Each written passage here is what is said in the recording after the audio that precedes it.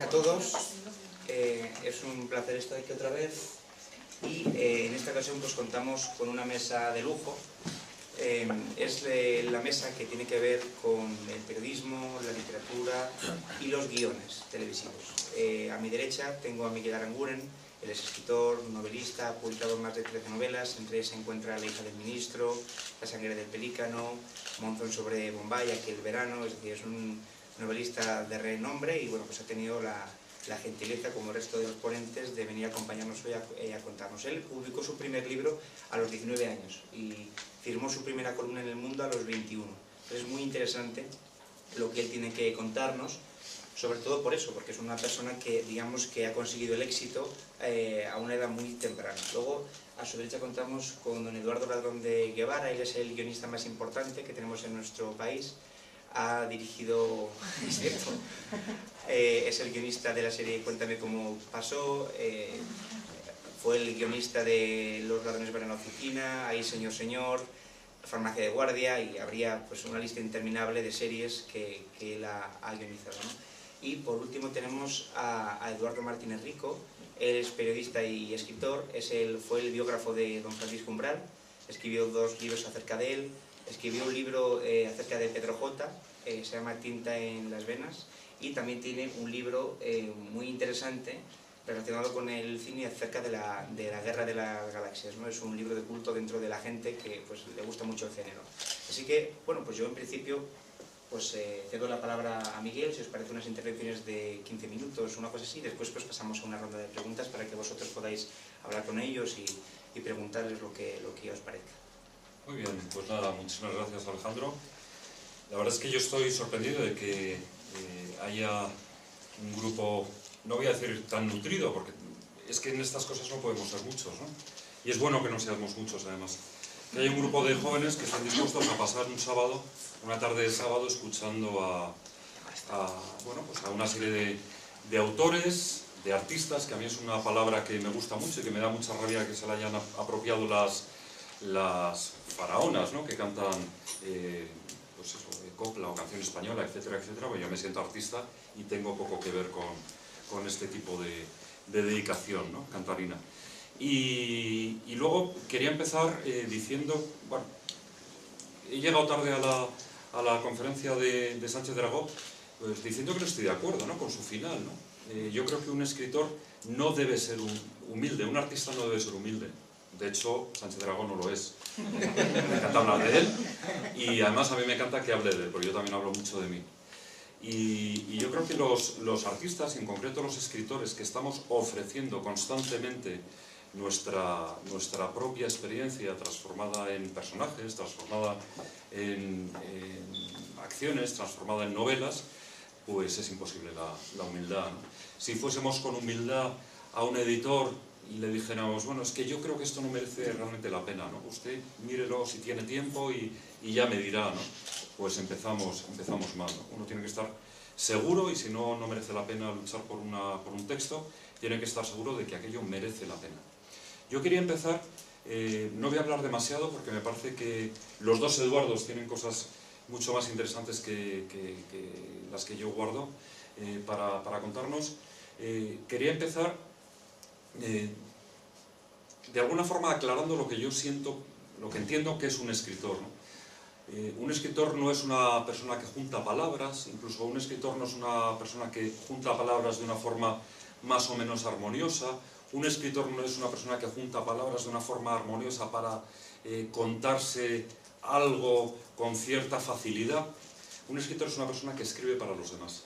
A mí me parece que ese es el punto de arranque, y quien no lo entienda así, pues se podrá llamar de otras formas, podrá decir que le gusta mucho la literatura, que incluso le gusta mucho la literatura práctica, pero no se puede considerar escritor. Por lo tanto, si algunos de los que estáis aquí todavía no lo sois y soñáis con convertiros en escritores, pensar en la literatura como en un servicio. Es decir, yo estoy convencido de que todos los que estamos aquí pasando este rato de esta tarde, hemos venido al mundo con un don, bueno, con muchos dones. pero con un don claro, que es el don de la palabra, el don de la palabra escrita. Yo, por ejemplo, hablo mucho en público, pero siempre que empiezo a hablar en público me arrepiento, porque lo mío no es hablar en público.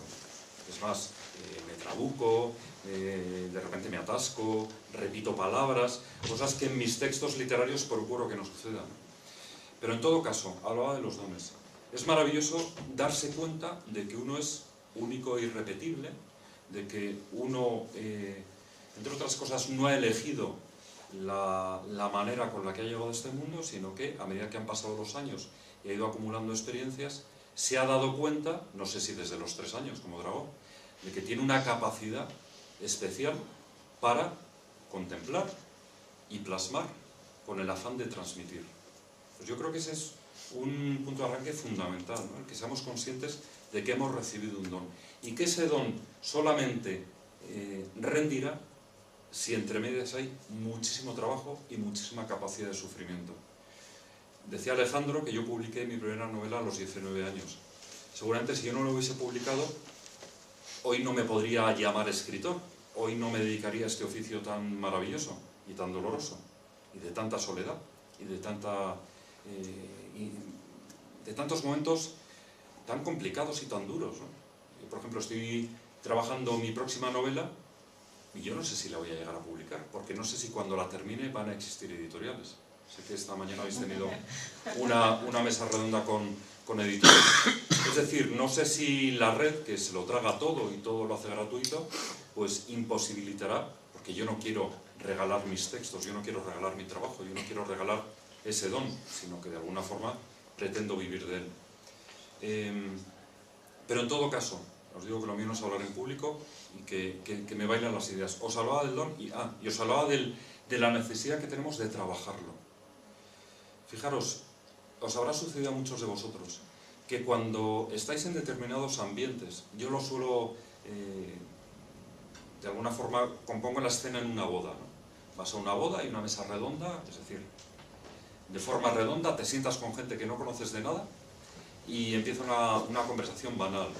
Y en esa conversación banal, de las primeras cosas que se preguntan es ¿a qué te dedicas? Y cuando uno dice, bueno, yo escribo, es bastante común que te miren y dicen, pues yo también escribo, te dice el de al lado. Y le aclaras, no, yo es que soy escritor, pero escritor profesional. Entonces te miran con cierto desdén, con lejanía, como diciendo, bueno, un perezoso. Es decir, alguien que no sé, tendrá dinero por familia, comerá poco, habrá pegado el braguetazo, no lo sé. Pero no es como yo, que todas las mañanas me levanto a las 7:30 y que me dedico a producir billetes de una forma o de otra.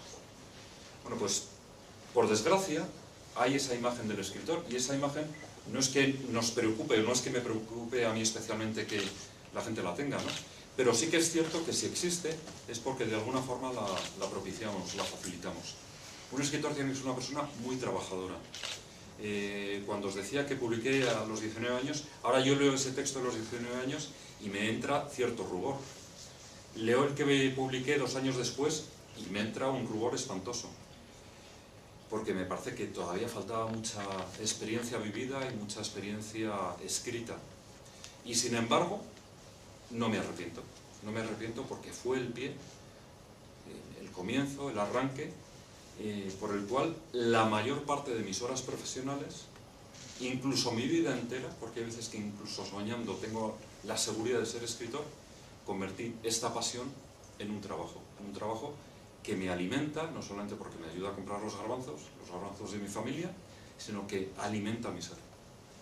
Termino ya, y ojalá que después haya tiempo a un intercambio de preguntas, animándoos en esta carrera que vuelvo a repetir, es maravillosa, es una carrera única, es decir, que tiene mucho que ver con que somos únicos e irrepetibles, que hemos recibido ese don. Y termino haciendo una referencia concreta al dolor. Es fundamental sufrir. Esto no es La Voz, no es Operación Triunfo, no es este programa de cocina que hay ahora, ¿no? Donde, bueno, basta con ir para luego salir a la calle y que la gente te detenga para darte la mano, ¿no? Y decir, oye, voy a votar por ti, voy a marcar un mensajito por el móvil.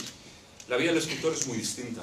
La vida del escritor es una vida de soledad, insisto, es una vida de interrogantes, es una vida de incomprensión, y en esa soledad, en esos interrogantes y en esa incomprensión es donde nosotros crecemos.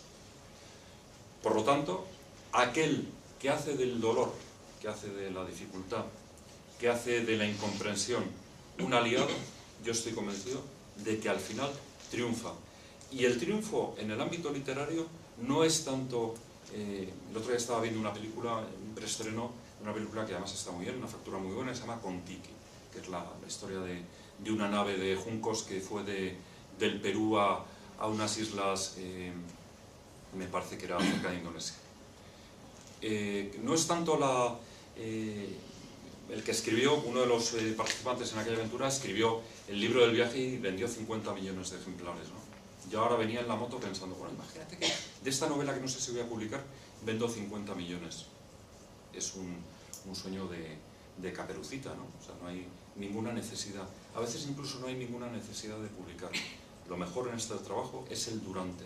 Es esa sensación abrumadora, agotadora del final de la jornada, de decir, bueno, he estado hoy condensado, sobre todo durante 2 o 3 horas, porque tampoco se pone a escribir 8, durante 2 o 3 horas en este texto, y me siento agotadoramente satisfecho. Nada más. Ahora tiene la palabra don Eduardo. Bueno, yo juro que todo lo que voy a decir es verdad. y lo primero que me gustaría decir, ya que esto es una reunión de jóvenes, para jóvenes que quieren dedicarse a la literatura, lo primero que me gustaría decir es que yo, que me dedico a escribir guiones, pues no estoy muy seguro, estoy seguro que esto no es literatura, es decir, no puedo considerarme un escritor. Sí lo fui cuando escribía teatro y sí lo he sido cuando he escrito y he publicado novelas. Pero desde luego no creo que a la hora de escribir guiones uno se pueda considerar escritor. Y esto es, primero, porque es mi caso, pero es el de todos los guionistas que hemos tenido la suerte de poder vivir de esto, que somos muy pocos además. Hay que saber que es que tenemos obligatoriamente que escribir un guión cada muy poco tiempo para esa máquina infernal que devora todo, que es el Platón. Teniendo en cuenta que un guión tiene unas 100 páginas aproximadamente, y que hay que entregarlo el jueves porque el viernes empieza a rodar, pues veréis que es muy difícil hacer literatura de los guiones. Y además, por otra parte, en el guión interviene todo el mundo, pero todo el mundo. Es decir, intervienen los actores, interviene el director, interviene la directora o el director de casting, no estoy exagerando, interviene casi en el catering. Es decir, es una cosa atroz. Esto es natural, porque los actores además no se pueden aprender un guión de 90 páginas cada semana. Eso es imposible. Es decir, tienen la idea general y luego la lanzan. De todas maneras, por eso digo que el guionista, y malo es el guionista que se crea que llega a creerse un escritor. No lo somos. Lo que sí somos profesionales de esto, del guión. Y esto es mucho. Y esto no es una tontería, porque uno puede vivir, si tiene suerte, bastante bien. Incluso algunos muy bien, cosa que no ocurre en el mundo de la literatura. Es decir, un guionista, insisto, que tenga suerte, porque esto es una caracola, que encadene éxitos, porque antes de nada tengo que decir que si el éxito es importante en la literatura, desde luego en el guión es fundamental. Es decir, al guionista, si no tiene éxito, le ponen en la calle inmediatamente, entre otras cosas porque lo que las productoras, las cadenas ponen en esta apuesta son cantidades ingentes. Es decir, yo ahora mismo escribo una serie que se llama Cuéntame. Bien, esta serie, cada capítulo cuesta 900.000 euros. No sé si sabíais esto, son casi 900.000 euros lo que cuesta cada capítulo de 70 minutos. Es decir, que no se puede andar uno con bromas.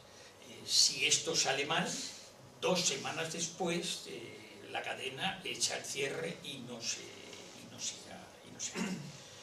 Por eso digo que si para todos los escritores el éxito es requisito sine qua non, para los guionistas es el ser o no ser.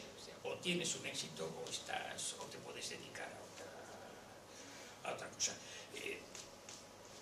Y bueno, yo luego ya en turno de preguntas concretaré, pero claro que no me siento muy satisfecho por haberme vendido al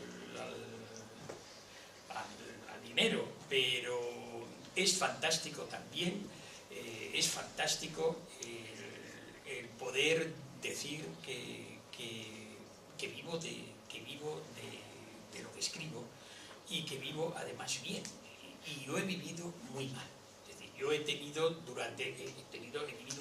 una larguísima travesía por el desierto, primero en los años que me dediqué al periodismo, después con la novela y con el teatro. Es decir, cuando digo una travesía por el desierto, quiero decir sobrevivir de muy mala manera, Y la televisión me ha permitido cosas que ni siquiera con mi gran vocación tenía previstas. Hacer viajes, ir a los buenos hoteles, comer bien, ir a buenos restaurantes, en fin, esto suena muy frívolo, pero gracias a lo que uno escribe, pues conseguir no tener deudas, poder ayudar a todos los hijos que están parados, a los amigos que están parados, en fin, poder vivir bien parece un milagro.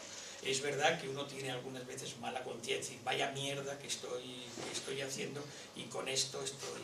Es verdad, pero es que cuando he creído que estaba escribiendo algo que merecía la pena, tal vez es que no fue así, me dieron unas hostias atroces, de manera que aquí estoy y seguiré en el mundo del guión intentando tener éxito, sabiendo que la espada de Damocles me espera y en cuanto en verde 4,5 millones de espectadores baje uno, me pondrán en la calle. De modo que, bueno, pero aquí estoy, aquí hemos llegado y voy a intentar sobrevivir a esta hora. Muchas gracias. Siéntete orgulloso por lo que haces, porque es muchísimo. Bueno, yo lo veo admirable que puedas vivir de la pluma y vivir bien. De verdad te lo digo, vamos. Más o menos aquí, ¿qué edad tenéis? ¿18, 20 años? ¿Más? ¿Esta es la carrera, más o menos? Yo creo que lo que más os puede enriquecer de mi experiencia es mi propia experiencia, quizá, ¿no? Entonces, yo tengo una gran vocación desde los 16 años, porque aunque ya me venía de más atrás, yo leía mucho y escribía, tuve un profesor de literatura muy bueno, muy alocado, muy vocacional, que había compañeros míos que me parecía espantoso, a mí me encantaba, que fue el que me decidió a hacer filología y a pensar que mi objetivo era ser escritor, ¿no? Y durante muchísimos años yo he luchado por ser escritor, he escrito muchísimo, he hecho la carrera de filología, he leído una barbaridad, todos los días leía muchísimo y escribía mucho, pero todos los días es todos los días, ¿eh? Y fui publicando libros, hice una tesis doctoral sobre Francisco Umbral, como he dicho, aproveché para hacer dos libros con él, 2 libros de conversaciones, que para mí fue un sueño, porque era como si yo fuera un músico y hiciera 2 libros, así lo viví yo, creo yo, o por lo menos así lo leo yo desde el día de hoy, ¿no? Como si lo hiciera como Beethoven o una cosa así, estaba emocionado. Luego descubrí que Umbral, aparte de la admiración sin límites que le tenía, pues no era ni mucho menos perfecto ni impecable, claro, pero esa es otra historia, ¿no? Y un día hice la cuenta, hace unos años hice la cuenta y vi que tenía escritos 18 libros y que había publicado 6. Y de esos inéditos los tengo guardados. Bueno, a lo que quería llegar en este caso es que siempre quise ser escritor por encima de todo. Y cuando me he considerado escritor, he llegado a la conclusión de que es mucho más importante considerarse una persona y un ser humano y un hombre. Incluso estar más preocupado de cómo es uno, de la educación que tiene, del aspecto que tiene, de la propia contextura humana, que eso que a mí me ha desvelado tantísimo, tantísimo. Es posible, una vez Ignacio Mestoy, el dramaturgo, me dijo que vocación venía de manía, y quizá la vocación sea una especie de locura, no estoy muy seguro. En el caso de la vocación literaria quizá, porque tenemos fama los que nos dedicamos a escribir, los escritores, que no somos muy racionales. Hay de todo. Yo ya conozco a muchos escritores y hay de todo. Pero sí quería destacar eso, que uno persigue un gran objetivo en su vida, que para mí era el gran objetivo en mi vida, y cuando lo logré, pues aparte de ver todo lo que me faltaba alrededor, porque es mucho, porque como bien han dicho, yo estoy de acuerdo con todo lo que se ha dicho aquí, creo que es muy interesante, responde a la experiencia además, y considero que hay que trabajar tanto, hay que abstraerse tanto, hay que tener tantísima voluntad, que solo quizá esa palabra mágica que ya existe, que es vocación, supongo que tiene que ser eso, explica que uno pueda conseguir ciertos logros, ¿no? Logros que no tienen por qué ser éxitos. Vamos, mis libros en general no se han vendido mucho, pero en cambio, digamos, han tenido su parcela de éxito, eso sí. Por ejemplo, los libros de Umbral, bueno, en primer lugar, yo no me fío mucho de lo que vienen los editores que venden, esa es mi experiencia. Yo no me fío, pero bueno, a lo mejor me dicen la verdad. Y, por ejemplo, los libros de Umbral, entre los expertos de Umbral, son una autoridad. El de la Guerra de las Galaxias pues es muy diferente, es muy único porque no existe nada parecido. La novela del Cid, aunque se supone que se vendió muy poco, todo el mundo que la lee me dice que le gusta mucho. El libro de Pedro J, pues a mí me dio muchísimo, porque me dio un trabajo muy bueno, me dio muchas cosas, ¿no? Yo siempre he escrito por el mero hecho de escribir y por publicar, porque siempre he tenido, y lo reconozco, y lo sigo teniendo, la vanidad esa de publicar. Ya se me va pasando, ¿no? Ya no necesito tanto mucho. Sí. Aunque recientemente me entro de que voy a publicar un poema en una revista y me hace muchísima ilusión, porque lo de la poesía yo no lo tenía... eso me hace mucha ilusión. En fin, que los consejos que os están dando son buenísimos. Decía Umbral, la gente me pregunta por mi secreto, ¿no? ¿Por qué? ¿Cómo se puede llegar a escribir como yo escribo? Y el único secreto es escribir todos los días. Y probablemente tenía razón, el único secreto es escribir todos los días. Yo me acuerdo que a mí me decía que una de mis mayores virtudes, si no mi mayor virtud, era la insistencia. Y a mí eso me parecía, no sé, como un desprecio.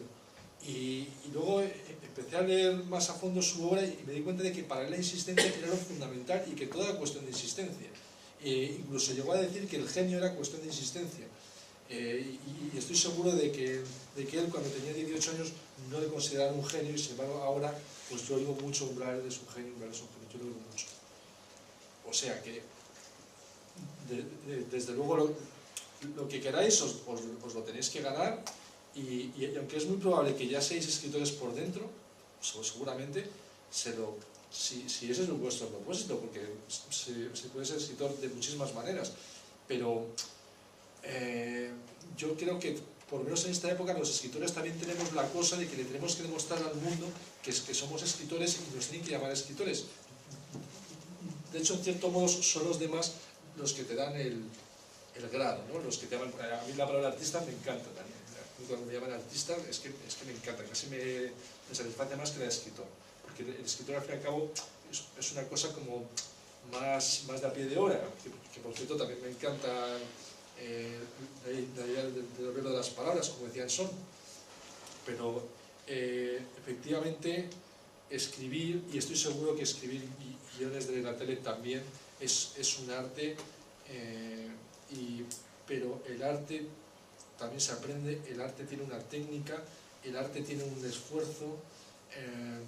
Yo os aconsejo, aunque ahora el periodismo esté fatal, y ese fue el primer consejo que me dio Umbral, que me metiera en el periodismo, que buscara escribir en el periodismo, porque es cierto que para ganar dinero con los libros es muy difícil. Poca gente puede ganar dinero con los libros y en general poco. Pero con el periodismo, aunque ahora esté todo tan mal, digamos que es más fácil, ¿no? Bueno, ahora ya no será tan fácil. Pero también os digo, y esto es importante, y esta es una ventaja de nuestra época, en medio de todo el mare magnum que estamos viviendo, que pienso yo que hoy se lee más que nunca. Hoy nos leen más que nunca. También creo que nos pagan menos que nunca.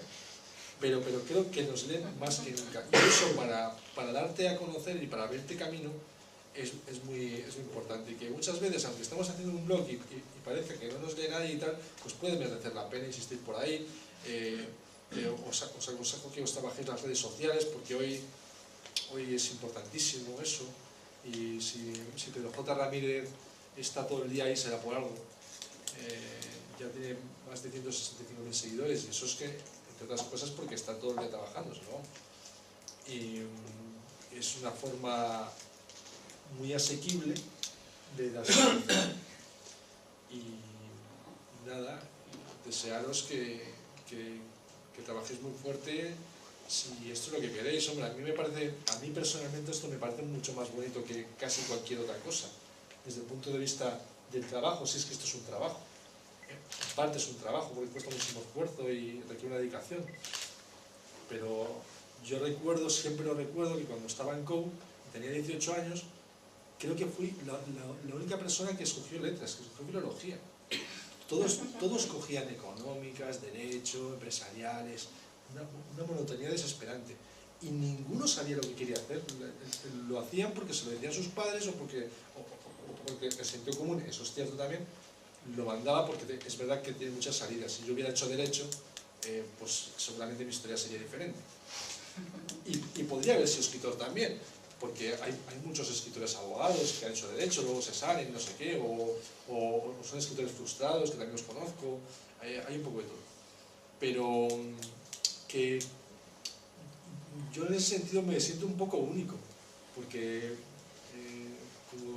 como os digo, fui el único en mi colegio que eligió este camino, y he oído muchas veces que escritores hay muchos y que eso es muy difícil, pero no sé, yo en general en todas partes soy el único escritor.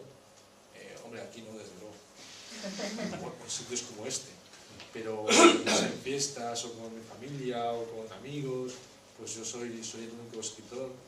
Y es cierto que tenemos una fama un poco rara. A mí no me dicen eso de yo también escribo, a mí me dicen así como si fuera la pregunta del millón: ¿y se puede vivir de eso? Eso me lo pregunta muchísimo, ¿no? O por ejemplo, hace poco este verano una amiga me decía: pero tú eres de esos escritores que publican y que venden los libros, o sea, que es un poco...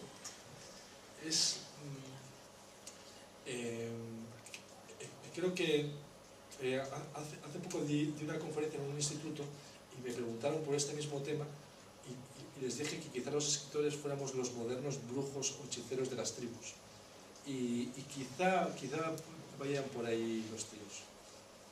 Y nada, no me quiero extender mucho más.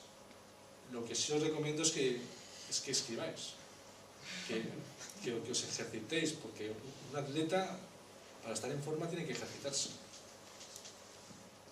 Y somos atletas de la escritura. Bueno, pues muchísimas gracias.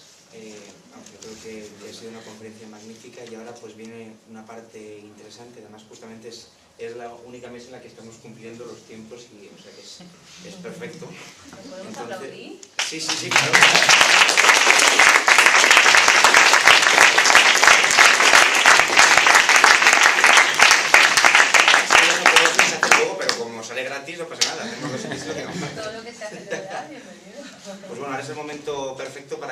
podáis preguntarles lo que queráis, o sea, que aprovechar porque es un momento perfecto. Yo antes de las preguntas, si me lo permites, Sí, claro. os voy a lanzar un órdago. ¿Cuáles son las características fundamentales de un escritor? Yo digo una, la curiosidad. O sea, uno no puede ser escritor si no es curioso. La curiosidad pasa por caminar por un parque y detenerte a mirar cómo juegan los niños. O pasa por coger el periódico y asombrarte de que el hombre pueda ser tan malo o pueda ser tan bueno. O asistir a una mesa redonda y tener la cabeza en ebullición de preguntas que uno quiere resolver. Digo esto porque normalmente cuando aquí hemos respetado el turno, no, los turnos, los tiempos que teníamos, cuando llega el momento de las preguntas, todo el mundo tiene muchas ganas de preguntar, pero se queda callado, ¿no? Y luego llega el arrepentimiento, ¿no? ¿Por qué no haber...? Es que me daba vergüenza que el de al lado viera que no sé construir bien una pregunta oral. Yo querría decir una cosa, si retomando un poco lo que habéis dicho los dos, es decir, aconsejándoos a todos que escribáis, que sí es verdad que la vocación es el gran motor, pero no es suficiente para un escritor, me parece a mí. Y es que hay que vivir, y cuando digo vivir, hay que vivir hasta el límite. Quiero decir, hay que leer, hay que viajar, hay que amar, hay que sufrir las decepciones de la vida, es decir, hay que vivir. Yo creo que si Woody Allen, pongo el caso de Woody Allen, no se hubiese dejado la vida en las convivencias de pareja que ha tenido, sería imposible que hubiera escrito las películas que ha escrito. Y es gracias a eso, a lo que ha vivido, al margen de la vocación que ha tenido desde muy joven, lo que ha hecho posible que haya escrito esos libros excepcionales. De manera que, claro que hay que escribir, pero además todos los días. Claro que hay que irse a trabajar, y trabajar significa escribir, pero hay que vivir. Y si no, no hay posibilidad. ¿Cómo se puede hablar de pareja, de la pareja, de ese mundo, hasta que no te has divorciado 2 veces, o te has divorciado una, o has sufrido los cuernos, o los has puesto? Es decir, es que es imposible. Y el que no haya vivido esto, pues difícilmente va a poder abordar este tema. De manera que Menuda mochila llevas a la espalda, no paréis. Consejos de oro, buenísimo. Decía Hemingway que había que entremezclarse estrechamente con la vida. Hacía un decálogo de escritor que yo no sé si sabe reproducir aquí, pero decía que había que entremezclarse. Sí, justo lo ha dicho otra Lo ha dicho vez. Sánchez, Justo lo ha dicho. Lo ha leído, ¿no? Sí. Y otra cosa que decía era que había que permanecer constantemente enamorado. Sí. Así que he tomado nota. Eso tiene parte buena y parte mala, claro. Pero el consejo es buenísimo, efectivamente. Y la curiosidad, yo estoy completamente de acuerdo. ¿Hay alguna pregunta o me lanzo yo? Porque yo tengo ganas de hacer preguntas. Pues entonces ahí, sin ningún miedo, porque si no me lanzo yo. O sea que, y ya me parece abusar. Miedo, ojalá. Ay, bueno, muchísimas gracias, estoy encantada. Os agradezco vuestras intervenciones, que seáis sinceros, que seáis directos, os agradezco muchísimo. Yo que vengo del mundo de la academia, a mí me reprochan que me ría en mis charlas, que haga bromas, que les cuente mi vida. Sin embargo, las personas realmente lo que quieren escuchar, lo que queremos escuchar. Muchas gracias. A cada uno os preguntaría varias cosas, pero a mí una de las ideas que se me ha quedado danzando internamente es lo de la humildad. ¿Por qué no? ¿Qué connotaciones negativas puede tener la humildad? Porque no se puede ser atrevido, artista, grandioso, apostar por esa integridad, el nombrar y pasar a ser, porque te has nombrado escritor, con lo cual ya tú eres en acto y en potencia. ¿Por qué no con la humildad? ¿Por qué lo sentías contradictorio? Bueno, yo tengo la sensación de que los escritores vivimos dentro de un escaparate. sobre todo en esta época en la que no es la única, ¿no? En la que combinamos a lo mejor la publicación de novela con la publicación en medios de comunicación. Hablaba Eduardo de los blogs, es decir, o de las intervenciones en las redes sociales. Mira, lo nuestro es como un Facebook continuado. Uno se pone la careta que elige, la de escritor maldito, hablaba de umbral, la de cualquiera, la que queráis, ¿no? La de viajero, que era la que ofrecía también Sánchez Dragó, la de hombre con experiencias a veces muy contradictorias, de amor y desamor, o todo lo contrario. Yo, por ejemplo, en mis artículos, y por lo tanto en el peso de mis novelas, hablo muchísimo de mi familia. Yo estoy casado, no he puesto los cuernos, llevamos 15 años, tenemos 4 hijos, y hablo muchísimo del amor.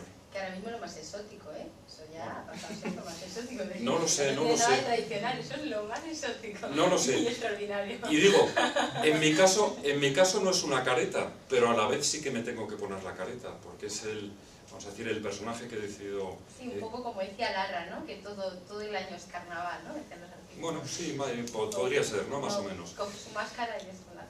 Y por lo tanto, el escritor no debe de funcionar como un apocador. Ahora, las ventas, lo contaba Eduardo, las editoriales, a veces las críticas, a veces un lector que te encuentras por la calle y te dice, no, o sea, tu última obra me ha decepcionado.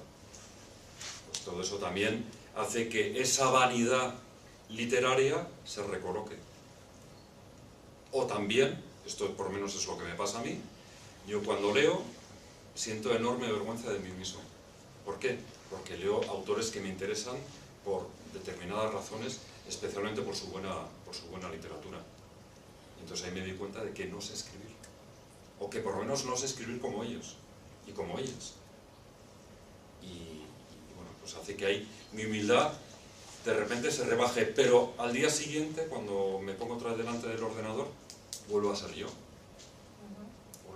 Escritor. O sea, que identificas la humildad, claro, es que a lo mejor como yo estoy acostumbrada a trabajar cuestiones de... ¿Por qué hablas de la academia? ¿De qué academia? No, el mundo académico, digo, soy profesora en la universidad. Sí. No, digo del mundo académico, ¿no? Que también siempre estamos ahí en ese istmo, ¿no? Entre lo más literario, lo más bajo. Bueno, vuestra vida es pura representación, ¿eh? Efectivamente.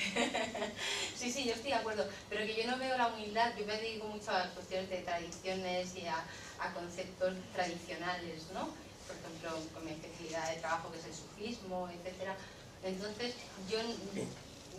para mí la humildad no era el contrapunto de vanidad. O sea, para mí la humildad es un valor de que puedes ser un gran genio y además ir de ello. O sea, tener tu careta de artista, lanzarlo, como se decía antiguamente, ¿no? Que para ser torero no solo hay que serlo, sino parecerlo. Es un poco, por eso me ha chocado, ¿no? Porque para mí la humildad es igual de magnánima y sublime. No lo veía como contrapunto de vanidad. Y yo querría, ¿os importa que, abundando en lo que tú planteas, cuente 2 anécdotas brevísimas? Sí, por favor. Porque yo apuesto también por la humildad. La verdad es que los vendemotos me espantan. Sí, un poco por esa idea, porque además los grandes genios, los grandes maestros tenían ese punto de humildad interno. Yo creo que sí. Es verdad que hay que vender la moto, pero es que... Teniendo el contrapunto, ¿no? Es Claro, humildad. pero mira, yo tengo dos anécdotas muy rápidamente. No sé si alguno habéis leído, sois tan jóvenes que a lo mejor ya no leéis a Alfonso Grosso. Alfonso Grosso fue un actor que tuvo andaluz, sevillano, que tuvo un gran éxito en los final de los años 60. Supongo que vosotros sí lo habréis leído, pero a lo mejor tampoco. Yo no. Bueno, Alfonso Grosso fue uno de los grandes novelistas de finales de los 60, que lo publicó sobre todo Carlos Mara. Pues era un vendemotos, era un caso tremendo. Y tanto era un vendemotos que una vez ya, cuando ya estaba muy mal de la cabeza, pues se tiró por un balcón con ánimo de suicidarse, olvidándose que se había tirado desde un bajo, que ni siquiera se descalabró. Bueno, pero lo que quiero decir con esto de la vanidad es que en una zona donde estaba Marseille, Barral, Grosso y no sé quién más. Entonces Grosso pues empezó a decir pues, que descendía de los Medici, que no sé qué, que era su abuelo era un príncipe de no sé qué. Después de todo esto, de vender esto, Masset dijo, mi mujer es peluquera. Y entonces se hizo el silencio, muy incómodo para Alfonso, y a la menor oportunidad se levantó y se fue. Bien, es que la vida te coloca y te da una hostia y te deja acojonado. Mira, hace unos años tuve que ir a esa cosa tremenda que nos ha pasado a todos, a firmar ejemplares a la Feria del Libro.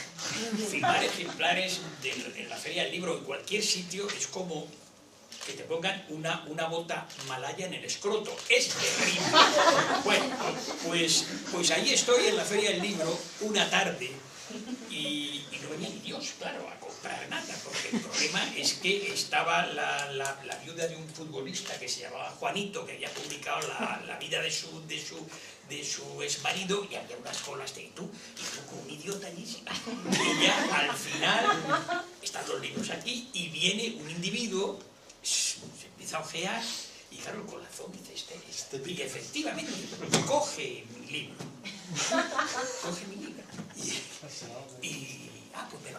pues ya sabes lo que es, pero entonces se lo dedicas. ¿Cómo se llama usted, fulanito? Bueno, coño, con la vanidad es tremendo.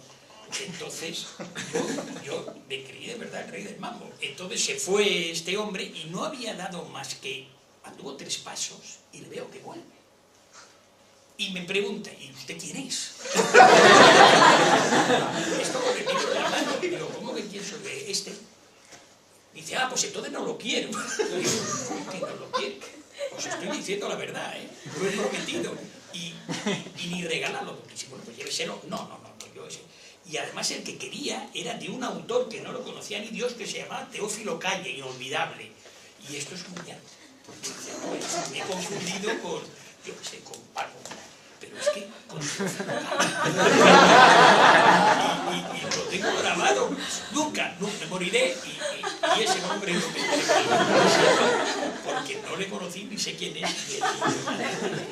Bueno, pues al final el libro no se lo llevó, compró el de Teófilo Calle, que no estaba allí firmando ni nada, y ojo, porque es verdad, vas de figura y la mitad te dan unas hostias que te deja en tu sitio. Y ya no cuento más sobre la unidad. Yo me acuerdo que en la Feria del Libro, porque a mí me sucedió en la Feria del Libro, me encanta la Feria del Libro, me paso muy bien, aprendo mucho y me divierto muchísimo.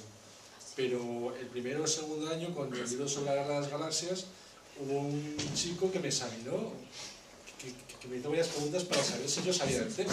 Y cuando vio que sabía me dijo, esa pregunta no la sabe cualquiera. Me llevo el libro. Se llevó el libro. Me dejé de aquí vas a pegar el libro y te examina. Y es que es cierto que los exámenes no se acaban nunca. A mí también, ya por rematarlo de la Feria del Libro, yo todo lo contrario que Eduardo, a mí no me gusta nada. Pasas un calor espantoso, aquello es interminable. Bueno, si firmas algún ejemplar, uno tiene que estar muy fresco para no repetirse, sobre todo si vienen varias personas juntas. Y me sucedió que vino un señor cargado de bolsas, con unos abanicos de cartón, con unas gorras, y entonces me mira los libros, me vuelve a mirar y me dice, ¿y aquí qué regalan? Y esas cosas, o esas anécdotas, nos recolocan. Eso es. Bueno, a ver, preguntas. Sí, yo tengo una pregunta sobre los guiones. Ha dicho antes que a la hora de escribir un guión interviene casi todo el mundo. Y mi pregunta es, luego a la hora de grabar, ¿hasta qué punto se impone un guionista? Quiero decir, cuando está escribiendo el guión no tiene en la cabeza cómo quiere que se haga después todo. No, a la hora de escribir solo lo escribe el guionista. Solo faltaba eso. No, solo a la hora de grabarlo. Sí. Lo que pasa es que el proceso es largo y nos va a llevar mucho tiempo. Es decir, cuando se escribe el guión, pasa a un lugar que se llama mesa italiana, el guión tiene muchas versiones, a veces hay que hacer 10 o 12 versiones, pero bueno, cuando ya está el guión escrito pasa una cosa que se llama la mesa italiana, no sé por qué, y es una mesa larga donde se reúnen todos los actores, al menos los principales, y se lee el guión en voz alta. Es la gran oportunidad para el guionista de escuchar el diálogo, porque la cosa es que lo has escrito pero no sabes cómo suena, es decir, y ahí empiezan las correcciones. Pero además los actores también intervienen. Ahí es cuando escriben todos un poco.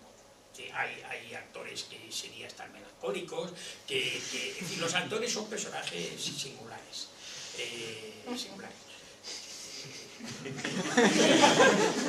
Y entonces todos tienen que decir cosas y el guión sufre muchísimas transformaciones. De manera, por eso digo que mientras que en la novela solo intervienes tú y el editor cada vez más. Sí, el editor cada vez más, es verdad. Pero no tanto como es que lo de los actores es un infierno. Es decir, gente, estoy hablando demasiado, ¿verdad? No, ya acabo. No, gente tan especial, con esa sensibilidad a flor de piel, que son capaces, y esto lo veo constantemente, o sea, bajo al plató y una secuencia que se repite 15 o 20 veces, en un momento dado tienen que llorar, y les caen unos lagrimones así. Y dice, ¿cómo es posible que ya sé que es técnica, pero ¿cómo es posible que se pongan a llorar y le caigan esas lágrimas en el minuto 12? Y es decir, que esta gente tiene que estar bastante mal de la cabeza. Es ahí cuando sufre en la mesa italiana. Y luego, a la hora del rodaje en sí, el guionista puede estar presente para decir, mira, yo he escrito el esto guionista así, que empieza, sí, suele ir, porque le gusta meterse en los avisperos. Yo, desde luego, lo más lejos posible del rodaje. Y suele cambiar mucho la versión final de la película. Se cambia un poco, a veces bastante, a veces... Pero es que esto ya es el mundo de... nos vamos a desviar un poco. Yo podría contar muchas anécdotas muy divertidas, Pero Eduardo, yo por lo que he oído, en escritura de guión de serie de televisión, además tenéis un equipo que se reparte los personajes, ¿o no? No. Ah, no. No, pero hay productoras que hacen esto. Es como las productoras de Walt Disney, que dibujan. Es decir, que unos hacen pestañas, otros pintan fondos. Bueno, pues hay productoras que se especializan, pero no, yo pertenezco ya a la vieja escuela. A mí también es sobre guiones, lo siento. En la novela, más o menos, el escritor tiene que tener claro el principio y el final, más o menos, o a veces pues, puede ir surgiendo sobre la marcha, pero es diferente. En un guión, cuando empieza la temporada, sabes cómo va a acabar. Eso es al milímetro, lo sé. Al milímetro. Es decir, si una temporada tiene 20 capítulos, que son como 20 largometrajes, yo sé lo que va a pasar en el primero y lo que va a pasar en el último, claro, no sé. Si no, es imposible hacerlo. Yo quería preguntar sobre columna, ¿hasta qué punto una columna es literaria? Porque no es puramente, o sea, es periodística, pero también tiene que tener un punto literario, porque no está contando como tal una noticia. ¿Hasta qué punto es literaria una columna? Bueno, pues eso es otra pregunta del millón. Pero vamos, de hecho, eso hace correr ríos de tinta, vamos, y la gente pierde la cabeza con eso, porque se come mucho la cabeza. Mira, yo creo, puedo contestarte de una manera, y decir, una columna es literaria según quien la haga. Es decir, si la hace un escritor, es literaria. Si la hace una persona que no es escritor, pues puede ser cualquier otra cosa. Experto en derecho, experto en economía, tantas cosas, ¿no?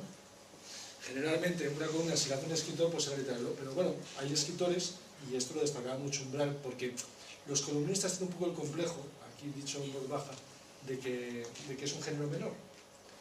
Y yo creo que efectivamente es mucho más fácil hacer una columna que una novela o un ensayo, lo que sea, desde luego, pero hacer una gran columna, eso ya es más difícil. Hacer una obra maestra, eso ya es más difícil. Y en cambio Umbral, pues las hacer todos los días prácticamente. Para mí es literatura sin duda. Lo que pasa es que es una literatura, diría yo, práctica, aplicada a la actualidad. Es hacer periodismo, porque Umbral, por ejemplo, o Raúl del Pozo, son periodistas, pero son mucho más periodistas de lo que parece, y empezaron casi en el periodismo. Es contar la calle, pero con pluma literaria. Entonces es hacer el periodismo que podría hacer cualquier periodista, pero siempre luchando por esa visión óptica subjetiva distinta, que es la tuya, única, que eso el periodista no lo suele poner porque se supone que los manuales y los cánones dicen que tiene que ser objetivo, distante, en fin. Y por otro lado, con estilo literario. Y esto hace también que se lea mejor. O sea, lo que se trata es de conquistar al lector para darle la actualidad, digamos, con el jugo de naranja de la literatura, para que lo lea mejor. Luego pues hay distintos tipos, ¿no? Más de los hechos puros y duros, más de opinión, más literaria. Siguiendo lo que hace Umbral puede verse muy bien cuántos tipos de columna hay, porque él experimentó muchísimo. Y Raúl del Pozo, ya desde que está en la última, que lo sigo yo más, hace muchas cosas. Ahora, por ejemplo, está con la columna de investigación, que a mí me parece que es un hallazgo suyo, que es un invento suyo, porque yo no lo conocía, por lo menos, y que es interesantísima y está teniendo muchísimo éxito. Que es meter en el artículo, en la columna, una investigación periodística que él hace día a día. Y entonces junta las dos cosas, la pluma literaria, además él está haciendo un esfuerzo por hacerse accesible a los lectores, que tiene una pluma un poco, lo sabe, un poco confusa, y dar información, porque además él es consciente de que un periódico nacional tiene que contar cosas. Yo en el norte de Castilla, a mí me dejaban hacer lo que quería y hacía mucha literatura, mucho pensamiento, los grandes temas, pero claro, en la última pues haces eso y probablemente Pedro J enseguida te dice que cambies de opinión. ¿Hay alguna pregunta más? ¿Por aquí o...? Sí.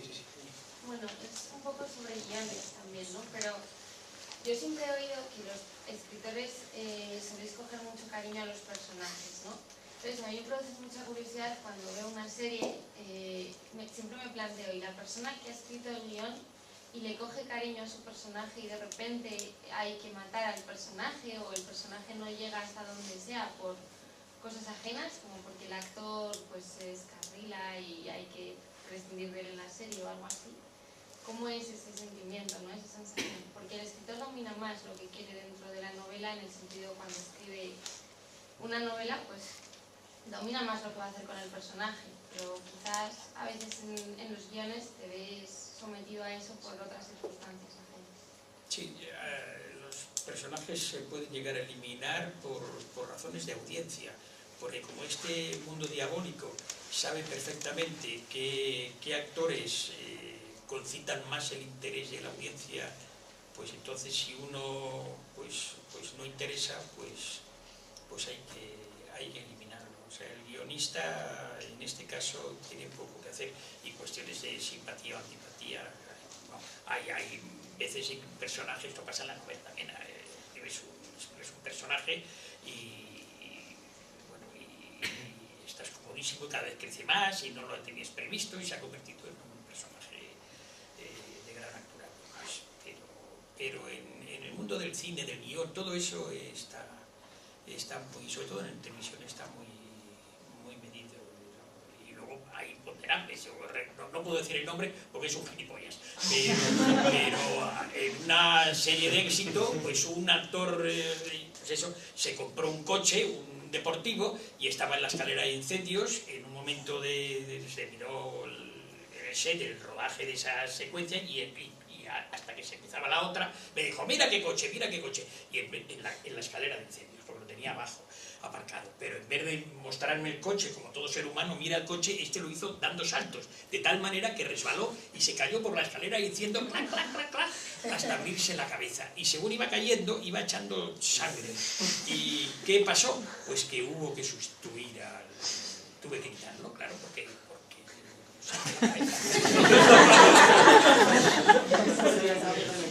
pues este es, pero esta es otra historia.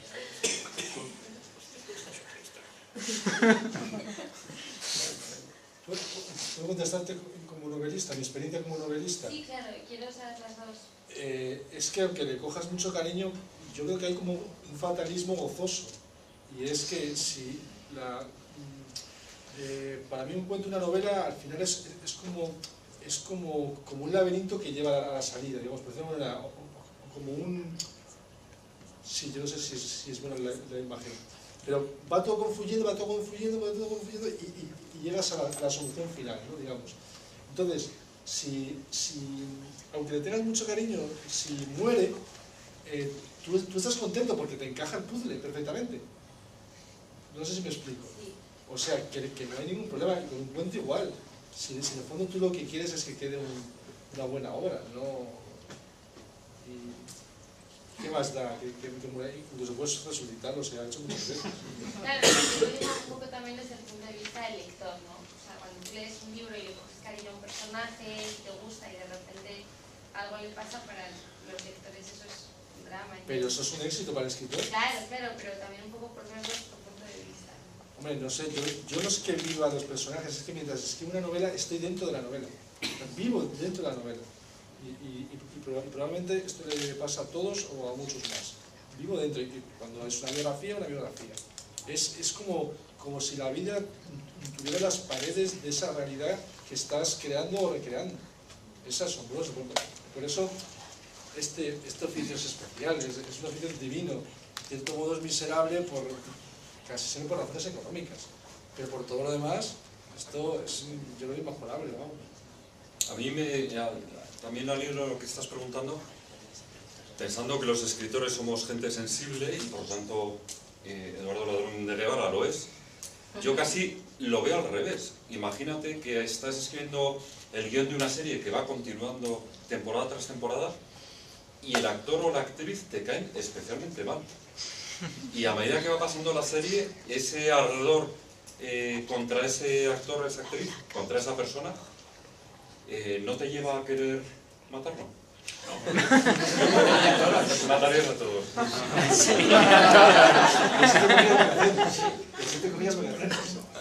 No pasa. No, pero es que es distinto. La novela es una pasión, es distinto. La novela es verdad, lo que dices, estás escribiéndola y estás solo en eso. Es una pasada, es una pasada. Pero el mundo del audiovisual es una cosa. Imaginaos además que es una novela histórica del siglo XI, o sea, que estás metido en el mundo de la Edad Media y que te la has trabajado además para conocerlo. Vivir en ese mundo es que, vamos, eso es mucho mejor que cualquier parque de atracciones, es de realidad virtual total. Total y absoluta. Pero respecto a este tema de la muerte de personajes, yo más que una pregunta es una opinión que no habéis dicho y que desde mi punto de vista, que si un personaje te cae bien, precisamente no está mal matarlo en el sentido de que la muerte forma parte de la vida y hay veces que cuando has terminado tu historia no tienes nada mejor que darle a un personaje que una gran muerte y una muerte memorable. Es que la muerte es el tema esencial de la literatura, muerte y amor, es que no hay otra cosa. Lo que pasa es que yo también aquí hago un inciso, Ojo con pensar que todas las novelas tengan que tener un cierre completo y total, ¿no? Es decir, una novela, y a veces lo veo así, ¿no? Es un corte temporal que dependiendo de la novela es más o menos extenso y que tiene su totalidad y de alguna forma también tiene su pesadilla. Es decir, es un tiempo que no muere nunca mientras haya un lector que esté leyendo esa novela. Y en efecto, hay personajes que se merecen incluso una muerte hermosísima o una muerte indigna o una muerte inmerecida, o una muerte porque ya tocaba, o una muerte burguesa, o una muerte... Pero en el fondo, también cada novela te pide no sé, un desarrollo concreto, ¿no? Y en la mayoría de ellas pienso yo que la muerte no está presente, aunque sea el devenir propio de todas nuestras vidas, ¿no? Yo tengo un ejemplo. ¿Habéis leído Tuareg? Horacio Figueroa. ¿Alguien ha leído Tuareg? Es una obra muy famosa. ¿No? Bueno, pues no lo voy a contar porque esto, pero al final pues sí no va a leer, pero por lo menos cuando la leáis pensad en esto que estamos hablando. Sí, esta mañana hemos tenido aquí a editores y le hemos preguntado, en el caso de tener una novela, alguno de nosotros, cómo podríamos acceder a publicar esa novela, cómo podríamos acceder a su editorial.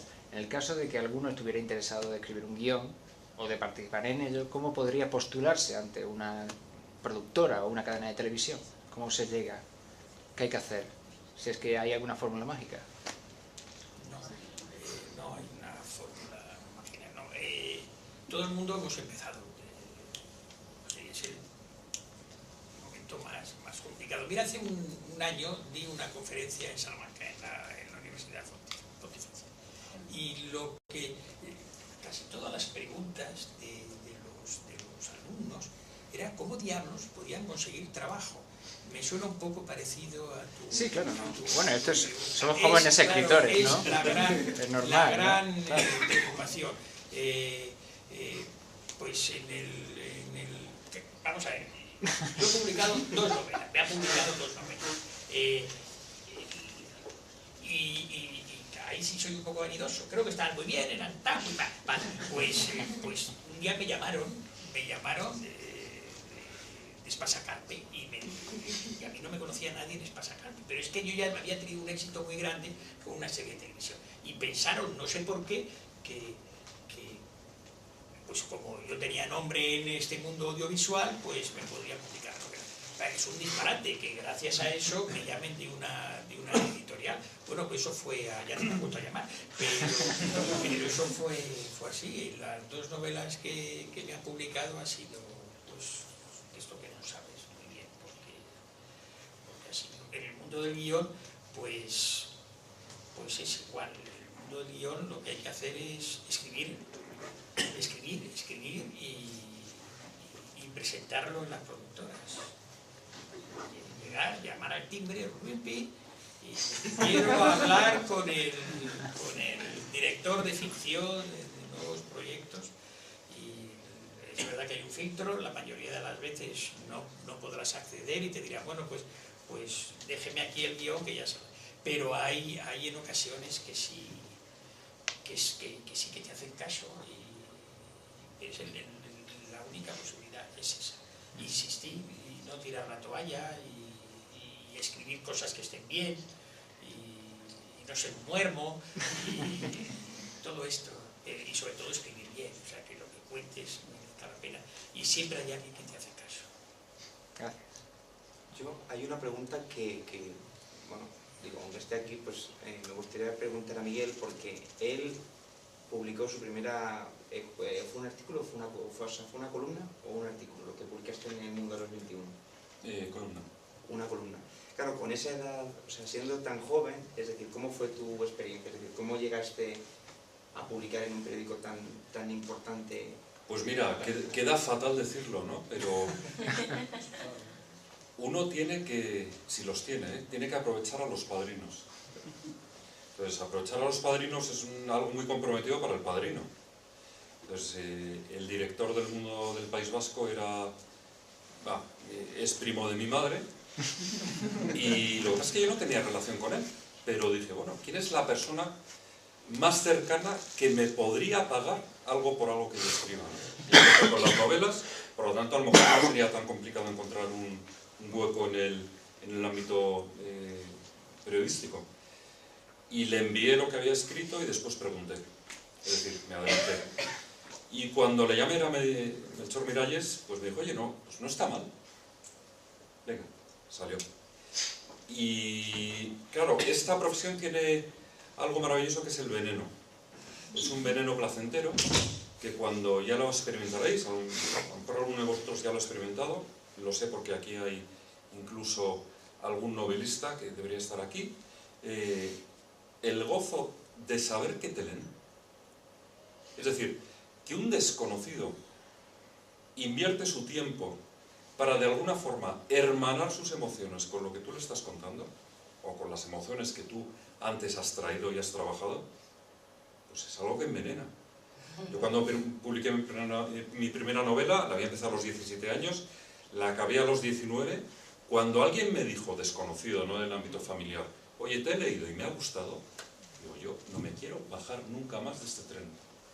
Y con el periodismo a mí me pasó lo mismo. Bueno, periodismo, lo mío no es periodismo, es también columna, vamos a decir, literaria. Que cuando recibes la confirmación de un extraño que te dice cómo me gusta lo que escribes, pues a partir de entonces a por ello, ¿no? A por ello, hasta tal punto, ahora mismo con la crisis de medios que hay, periódicos que están cerrando, periódicos que antes pagaban y ya no pagan, etcétera, etcétera. Yo he estado una temporada, para mí larguísima, porque desde los 21 no he parado de escribir en prensa. Me he pasado 7 o 8 meses sin escribir sin publicar un solo artículo, ¿no? Y he sufrido un montón, porque tenía la sensación de que la conexión, el nexo de conexión con mis lectores, que además, también esto lo digo para que veáis que los escritores también tenemos intereses, ¿no? Un lector de tus artículos es más fácil que vaya a leer una novela tuya. Por lo tanto, a mí me interesa mucho tener muchos lectores de artículos. Pues pensar que esa conexión se había roto me hacía pasar a sufrir un montón. Pero hablando, como hablaba antes del dolor, también entiendo que estos meses de sequedad, vamos, me han venido muy bien. Muy bien, pues, ¿alguno tiene alguna pregunta más? Porque es que ya no estamos cumpliendo el horario, pero bueno, ahora ya poco importa. Bueno, igual que has preguntado la primera columna, el primer libro que escribió, bueno, que escribiste fue a los 18, ¿no? ¿Has dicho? 19. Pues, ¿cómo llegaste a publicar a los 19? Pues porque tenía una historia que contar. Entonces, hablaba Eduardo, y hablaba también antes el del epitafio. Dragón. Y hablaba Dragón de que, contaba que el escritor tiene que unir a su propia facilidad la experiencia, y esa experiencia la da en buena medida el viaje.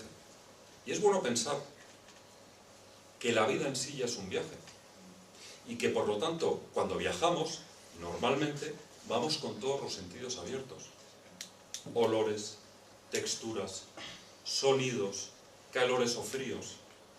Si la vida es un viaje, eso nos debería de suceder, o deberíamos procurar que nos sucediera constantemente. Es decir, de verdad, si soñáis con escribir, sería tristísimo que creyerais que la vida, vuestra vida de ahora, es una rutina. No, la vida es una aventura.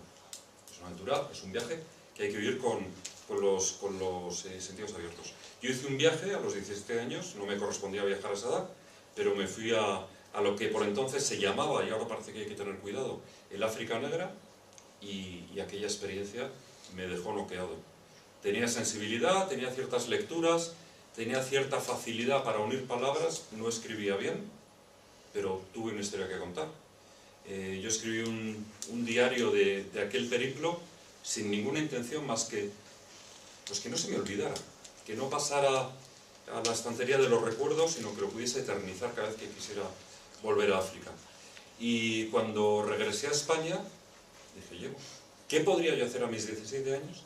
Con mis 17 años, para que esta historia autobiográfica de tan poquito tiempo, pudiera ser conocida, y no solamente ser conocida por mi familia y mis amigos, porque tengo la sensación de que he vivido algo que también pertenece a los demás. Y aquí también aprovecho para añadir una coletilla. Sería absurdo que quisierais publicar algo que no creáis que deba de leer muchísima gente. Entonces ya tenéis historia. Entonces empecé a moverla y acabé en Espasacampe también. Muy bien, pues bueno, yo creo que tenemos que agradecer a los ponentes con un aplauso enorme.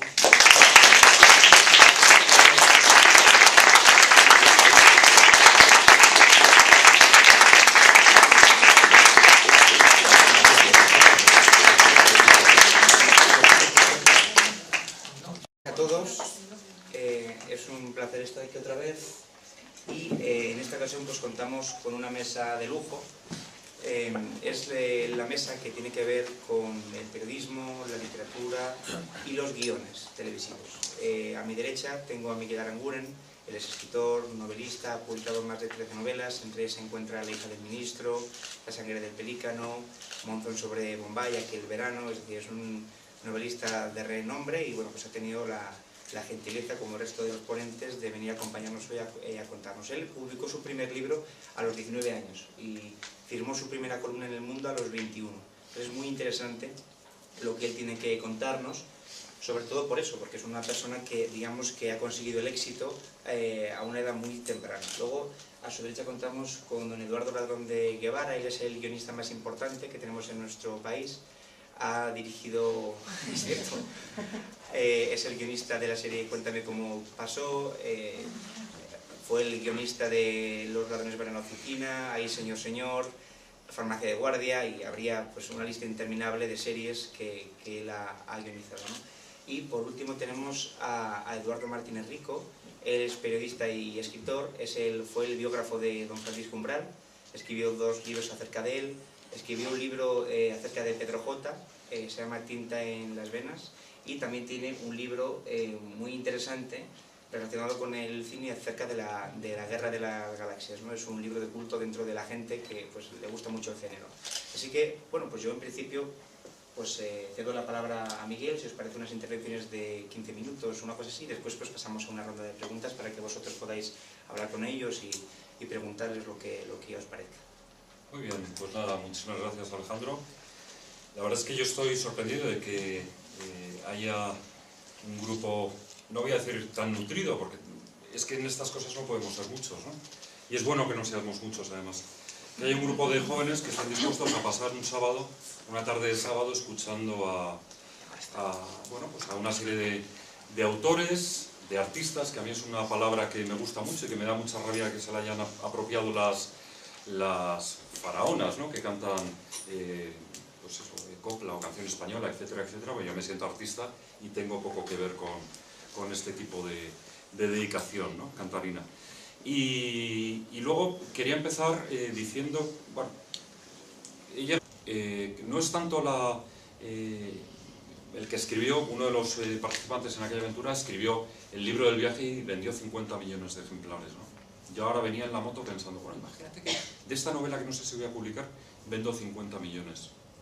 Es un sueño de Caperucita, ¿no? O sea, no hay ninguna necesidad. A veces incluso no hay ninguna necesidad de publicar. Lo mejor en este trabajo es el durante.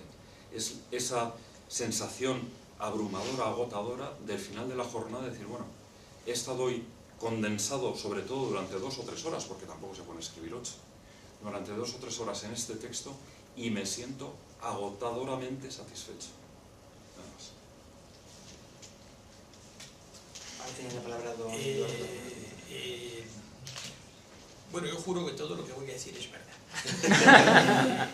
y lo primero que me gustaría decir, ya que esto es una reunión de jóvenes, para jóvenes que quieren dedicarse a la literatura, lo primero que me gustaría decir es que yo, que me dedico a escribir guiones, pues no estoy muy seguro, estoy seguro que esto no es literatura, es decir, no puedo considerarme un escritor. Sí lo fui cuando escribía teatro y sí lo he sido cuando he escrito y he publicado novelas.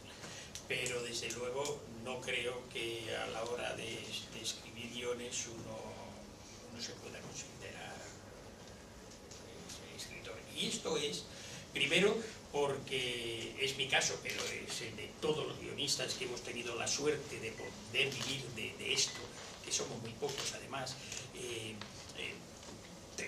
Hay que saber que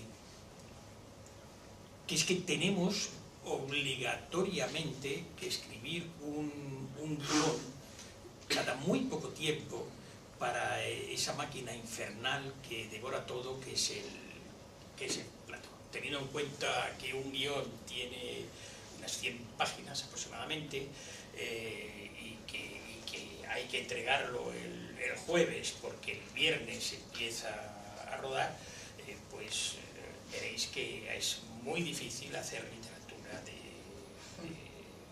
los guiones.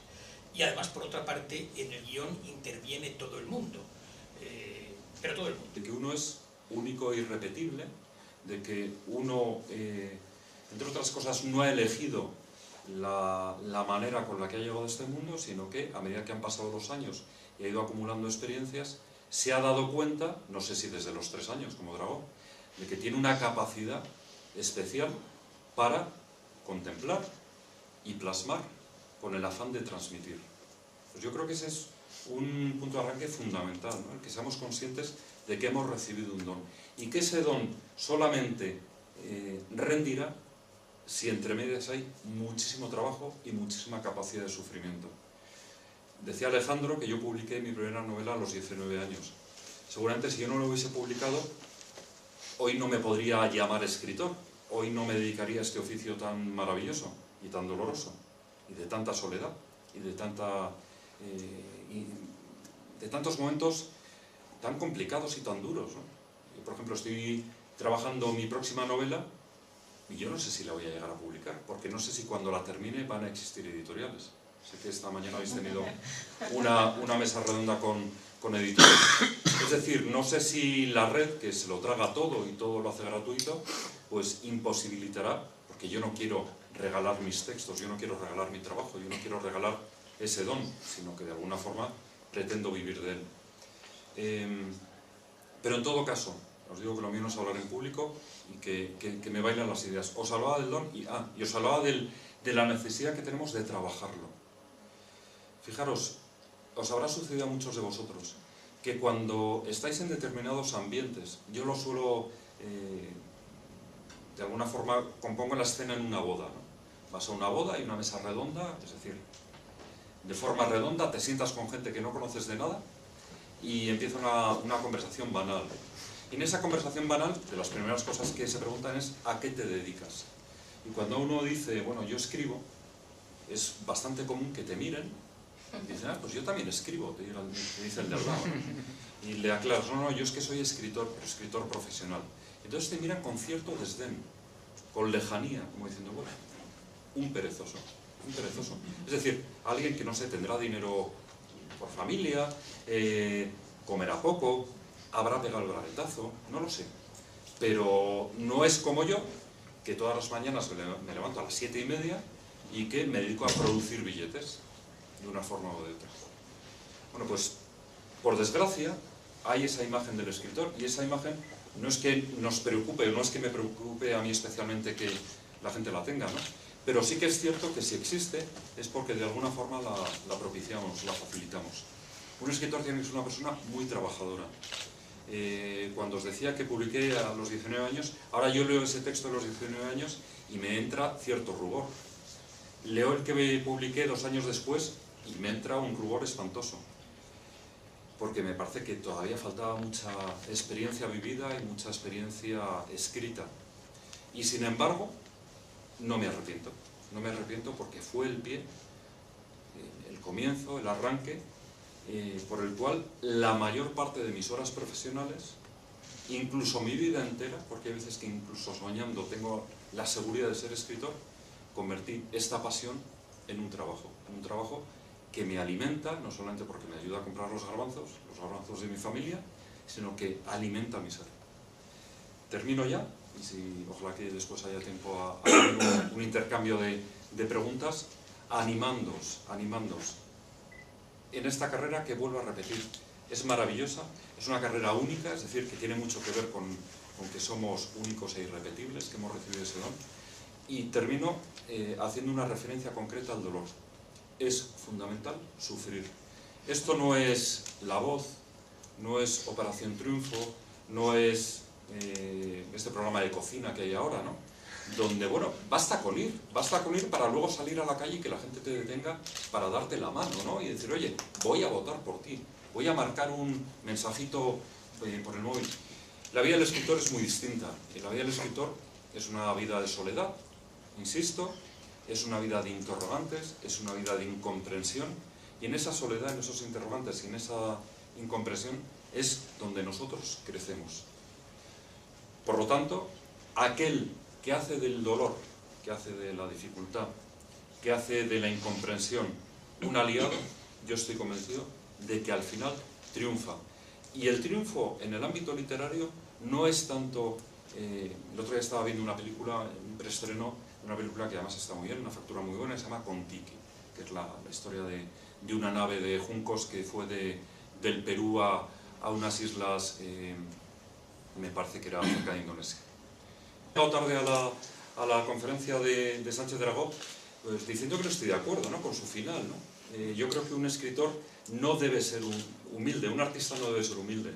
De hecho, Sánchez Dragó no lo es. Me encanta hablar de él y además a mí me encanta que hable de él, porque yo también hablo mucho de mí. Y yo creo que los artistas, y en concreto los escritores, que estamos ofreciendo constantemente nuestra propia experiencia transformada en personajes, transformada en acciones, transformada en novelas, pues es imposible la humildad, ¿no? Si fuésemos con humildad a un editor y le dijéramos, bueno, es que yo creo que esto no merece realmente la pena, ¿no? Usted mírelo si tiene tiempo y ya me dirá, ¿no? Pues empezamos mal, ¿no? Uno tiene que estar seguro, y si no merece la pena luchar por un texto, tiene que estar seguro de que aquello merece la pena. Yo quería empezar, no voy a hablar demasiado porque me parece que los dos Eduardos tienen cosas mucho más interesantes que las que yo guardo para contarnos. Quería empezar de alguna forma aclarando lo que yo siento, lo que entiendo que es un escritor, ¿no? Un escritor no es una persona que junta palabras, incluso un escritor no es una persona que junta palabras de una forma más o menos armoniosa. Un escritor no es una persona que junta palabras de una forma armoniosa para contarse algo con cierta facilidad. Un escritor es una persona que escribe para los demás. A mí me parece que ese es el punto de arranque, y quien no lo entienda así, pues se podrá llamar de otras formas, podrá decir que le gusta mucho la literatura, que incluso le gusta mucho la literatura práctica, pero no se puede considerar escritor. Por lo tanto, si algunos de los que estáis aquí todavía no lo sois y soñáis con convertiros en escritores, pensar en la literatura como en un servicio. Es decir, yo estoy convencido de que todos los que estamos aquí pasando este rato de esta tarde, hemos venido al mundo con un don, bueno, con muchos dones, pero con un don claro, que es el don de la palabra, el don de la palabra escrita. Yo, por ejemplo, hablo mucho en público, pero siempre que empiezo a hablar en público me arrepiento, porque lo mío no es hablar en público.